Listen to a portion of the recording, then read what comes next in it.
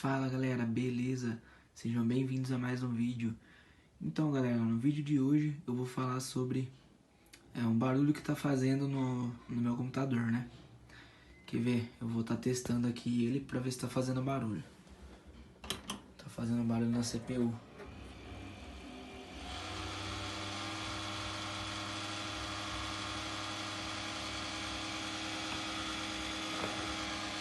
Então galera, como vocês podem ver, esse barulho chato aí faz um bom tempo já que faz esse barulho. E eu fiz alguns testes, né? Lembrando que eu não sou um profissional nem nada disso, mas eu vou passar pra vocês aí o que serviu pra mim, né? Que me ajudou. Bom, eu não tinha muita experiência também. Aí eu acabei abrindo a CPU dele e liguei, né? O PC. Aí o que eu percebi que era? A fonte. Provavelmente a sua fonte, ela tá velha, tá? Se estiver fazendo esse barulho aí, é a fonte. Ó, só pra ressaltar, esse computador eu já tenho faz 7 anos já. Então já tem um bom tempo já. E o que eu fiz, galera?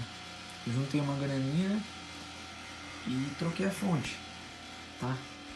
Troquei a fonte e parou o barulho, entendeu? Então no caso, se tiver um barulho parecido igual esse, provavelmente é a fonte. Então, o que eu indico para vocês fazer, que foi o que eu fiz.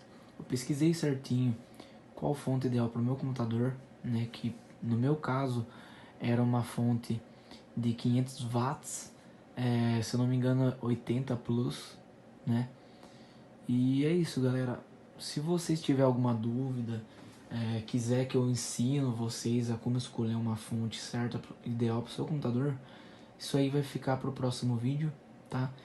Se esse vídeo ajudou vocês, deixa um like, se inscreva no canal e escreve aí nos comentários o que vocês acharam do vídeo, se ajudou vocês, que vai me motivar a fazer mais vídeos.